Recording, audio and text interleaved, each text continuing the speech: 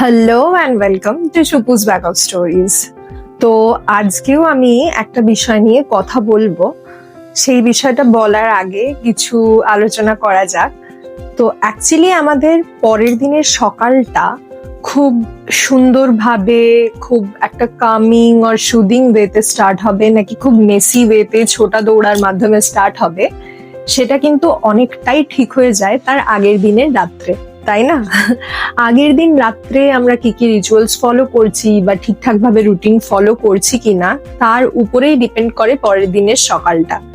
তো আমি আমার লাইফস্টাইলের বেশ কিছু নাইট রিচুয়ালস, যেগুলো বিগত বেশ কয়েক মাস বা প্রায় বছর বলা চলে ফলো করছি, যেগুলোর কারণে আমার সকালগুলো কিছুটা হলেও সহজ হয়ে গিয়েছে, সেই ধরনের কিছু নাইট রিচুয়ালস আজ আমি শেয়ার করবো এই ভিডিওতে। বেশি কথা না বলে চলুন শুরু করা যাক। পয়েন্ট নাম্বার 1, যেটা আমি বিগত প্রায় 2 বছর ধরে ফলো করছি, সেটা হলো আর্লি ডিনার। তো এক্ষেত্রে আমাদের অনেক সময়ই অনেকটা কিছু করার থাকে না। তার একটা বড় কারণ হলো ফ্যামিলির উপরে অনেকটা ডিপেন্ড করে। যেমন আমি আমার বিয়ের আগে আমার ওই ফ্যামিলিতে, আমার বাপের বাড়িতে, ওখানে সবাই কি হতো, একটু ডিনারটা দেরিতে করেন, মানে 10:30 11টা প্রায় বেজেই যায় ডিনার করতে। তো সেই কারণে আমিও সেইভাবেই ডিনার করতাম, এবং তার ফলে যেটা হতো যে লেট ডিনার মানে কি হয়, সবকিছু একটু লেটে লেটে চলতে থাকে। পরের দিন সকালে উঠতে দেরি, সবকিছুতেই দেরি। আর সত্যি বলতে আর্লি ডিনারটা যে শুধুই আপনার, মানে আর্লি ডিনার মানে তাড়াতাড়ি ঘুম এবং সকালবেলা তাড়াতাড়ি ওঠা আর সবকিছুই তাড়াতাড়ি তাড়াতাড়ি, সেটা তো একটা অবভিয়াসলি বেনিফিট। তার সাথে একটা সত্যিকারের বেনিফিট হলো ডাইজেস্টিভ ইস্যুস সলভ হয়ে যাওয়া। মানে এটা আমি অনেক ভিডিওতেই দেখেছিলাম যে অনেক ডক্টর বলেন বা অনেকে যারা ইউটিউব ব্লগারও আলাদাভাবে অনেককে বলতে আমি শুনেছিলাম যে সত্যি ডিনারটা আর্লি করলে অনেক ডাইজেস্টিভ প্রবলেম সলভ হয়ে যায়। আর সেটা আমি বিগত 2 বছর ধরে ফলো করে দেখেছি, সত্যিই তাই হয়। এটা শুধুমাত্র এই নাইট রিচুয়ালটা যে আমার সকালটাকে পরিবর্তন করেছে তাই নয়, এটা রিয়েলি হেল্পফুল। তো যারা করতে পারবেন আর্লি ডিনার, আমি তো অবশ্যই সাজেস্ট করবো যে আপনারা করুন। তো এই গেল আমার পয়েন্ট নাম্বার 1, আর্লি ডিনার। এবার আসছি নেক্সট পয়েন্ট নাম্বার 2, সেটা হলো পরের দিনে কি পরবো সেটা আগের দিন থেকে ভেবে রাখা বা গুছিয়ে রাখা।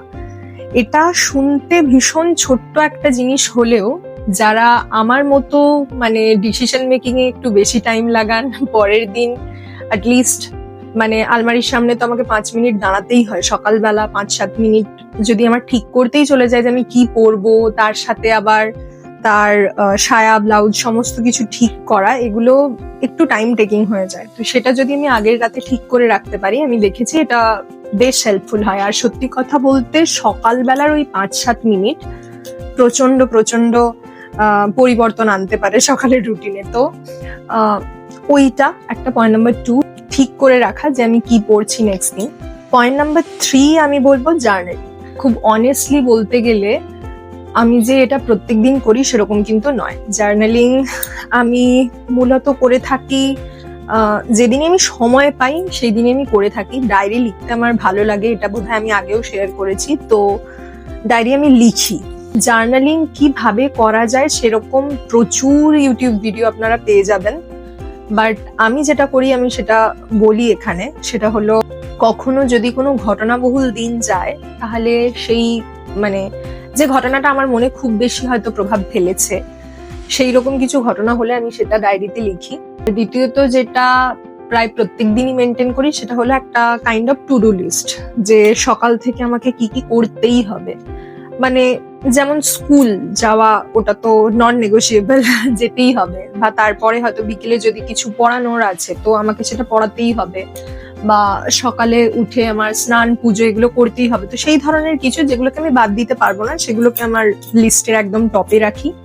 তারপর হয়তো কিছু কিছু এমন জিনিস রাখি যেগুলো সেই দিনের থেকে যদি আমি তার পরের দিনেও শিফট করি তাহলেও প্রবলেম নেই, বাট সেই দিনের টু ডু লিস্টে আমি লিখে রাখি। যেমন হয়তো আলমারির কোনো একটা তাক গোছাবো, বা কোনো একটা বইয়ের তাক গোছাবো, বা ড্রেসিং টেবিলের সামনেটা ঠিক করবো। এই ধরনের কিছু টাস্ক, মানে যেগুলো ঘরের কাজ থেকেই থাকে ছোটখাটো, তো সেই ধরনের কিছু টাস্কও রাখা থাকে।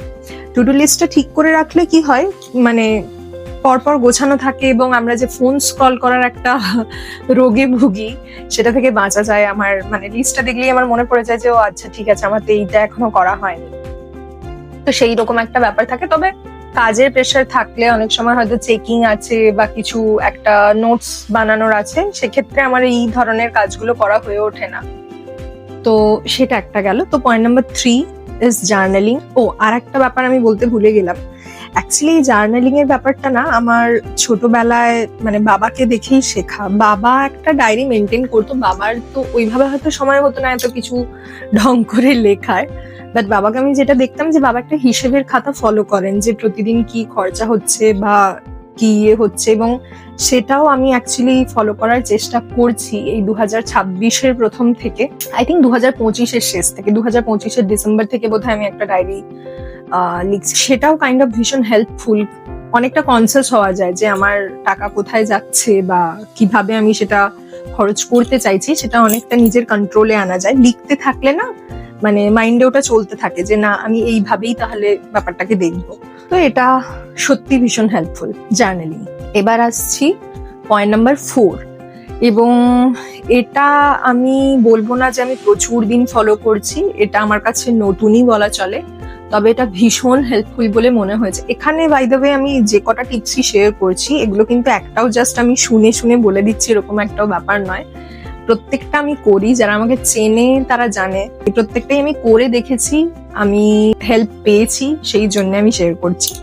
তো পয়েন্ট নাম্বার 4 হলো অয়েল ম্যাসাজ পায়ের তলায়, একদম পায়ের তলি পা যেটাকে আমরা বলি, সেখানে তেলটাকে মালিশ করা। যে কোনো তেল, আমি যেমন কখনো আমন্ড অয়েল, কখনো কোকোনাট অয়েল, যে কোনো যে অয়েলটাই হাতের সামনে পাই। আর এটা এতটা হেল্পফুল হবে আমি ভাবিনি। অ্যাকচুয়ালি কি হয়, আমি ইনস্টাতে এবং ফেসবুকে বেশ কিছু ইয়োগা পেজকে ফলো করে রাখি। তো ওদের বিভিন্ন নাইট রিচুয়ালস আমি দেখি যে কিভাবে খুব ভালো একটা ঘুম পাওয়া যায়। অ্যাকচুয়ালি কি হয় যে যখনই আমরা ফোন খুঁজতে থাকি, ঘুম আসতে থাকে না বা ঘুমের ঘাটতি হয়, পরের দিন সকালে উঠে ফ্রেশ লাগে না, সেই জন্য আমি ওটা দেখছিলাম ওই ধরনের ভিডিও। তখন আমার এটা ফিডে আসে যে ওই পায়ের তলি পাটাতে অয়েল ম্যাসাজ করা বা নাভিতে অয়েল ম্যাসাজ করে শুলে ওটা হেল্প হয়। এবং এটা যে এতটা হেল্পফুল হবে আমি ভাবিনি। আমি নিজে যদি না করে দেখতাম আমি হয়তো ভাবতেও পারতাম না। আমি লাস্ট 7 থেকে 10 দিন টানা করছি এটা, যদিও আমি লাস্ট 1 মান্থ ফলো করার চেষ্টা করছি, কিন্তু কি হয় হয়তো 7 দিন করলাম, তারপর হয়তো 3 দিনের একটা গ্যাপ পড়ে গেল, তো এরকম একটা হয়। তবে লাস্ট 7 থেকে 10 দিন আমি রেগুলার এটা ফলো করছি এবং আমি নিজে দেখেছি যে সত্যি এটা মানে একটা ঘুমের উপরে ভীষণ ভালো প্রভাব ফেলে। প্রচন্ড একটা গভীর ঘুম হয়, মানে হঠাৎ হঠাৎ যে রাত্রে ঘুম ভেঙে যাওয়া, যেটা আমার প্রবলেম হতো, সেই জিনিসটা একদম কেটে গেছে। তো এটা ভীষণ হেল্পফুল। যদি কারোর স্লিপ নিয়ে কোনো সমস্যা থাকে সে তো এটা ফলো করতেই পারে। এছাড়াও মানে কেউ যদি একটা ভালো নাইট রিচুয়ালস তার লাইফে আনতে চায় তাহলে সেও এটা করতে পারে, ভীষণ ভালো। তো এটা গেল পয়েন্ট নাম্বার 4। পয়েন্ট নাম্বার 5 যদি আমি বলতে যাই, সেটা হলো এটা আমি অনেকটা ছোট থেকে প্র্যাকটিস করি, তবে সবসময় যে করা হয় অনেস্টলি সেটা নয়। ঘুমানোর আগে বই পড়া।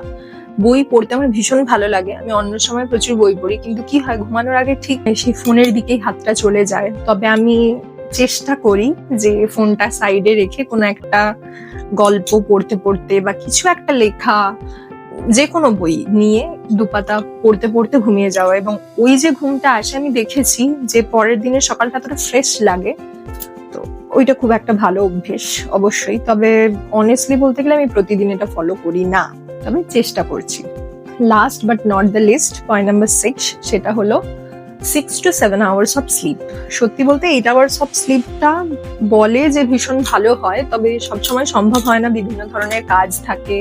তো সেই মিলিয়ে 8 ঘন্টার ঘুমটা না হোক, কিন্তু আমি দেখেছি যে যেদিনই আমি 6 থেকে 7 ঘন্টা ঘুমাই, তার পরের দিনের সকালটা, আর যদি সেটা না হয় 4-5 ঘন্টার কোনো রকম একটা ঘুম হয়, তাহলে তারপরের দিনের সকালটা, দুটোর মধ্যে আমি মানে ভীষণভাবে লাস্ট কয়েকদিন অন্তত প্রচুর অবজার্ভ করেছি। কারণ লাস্ট কয়েকদিন অ্যাকচুয়ালি প্রচুর চাপ ছিল, মানে খাতা দেখা এই সেই করে প্রায় প্রত্যেকদিন ঘুমাতে লেট হচ্ছিল। তারপরের দিন সকালে গিয়ে যখন আবার সেই সেম জিনিস নিয়ে ডিল করতে হতো, মানে সেই যে একটা ক্র্যাঙ্কি টাইপের ভাব হয়ে থাকে, মানে সবকিছুতেই বিরক্ত লাগছে, কিছু করতে ইচ্ছে করছে না, এই জিনিসটা ভীষণ হয় আমার এখন, স্পেশালি যে ঘুম না হলে। কিন্তু যদি ওই ঘুমের কোটাটা পূরণ হয়ে যায় 6 থেকে 7 ঘন্টার, তাহলে আমি দেখেছি যে মানে কাজের ভীষণ একটা উদ্যম পাওয়া যায়, কি বলবো, খুব একটা ভালো লাগে সবকিছুতেই।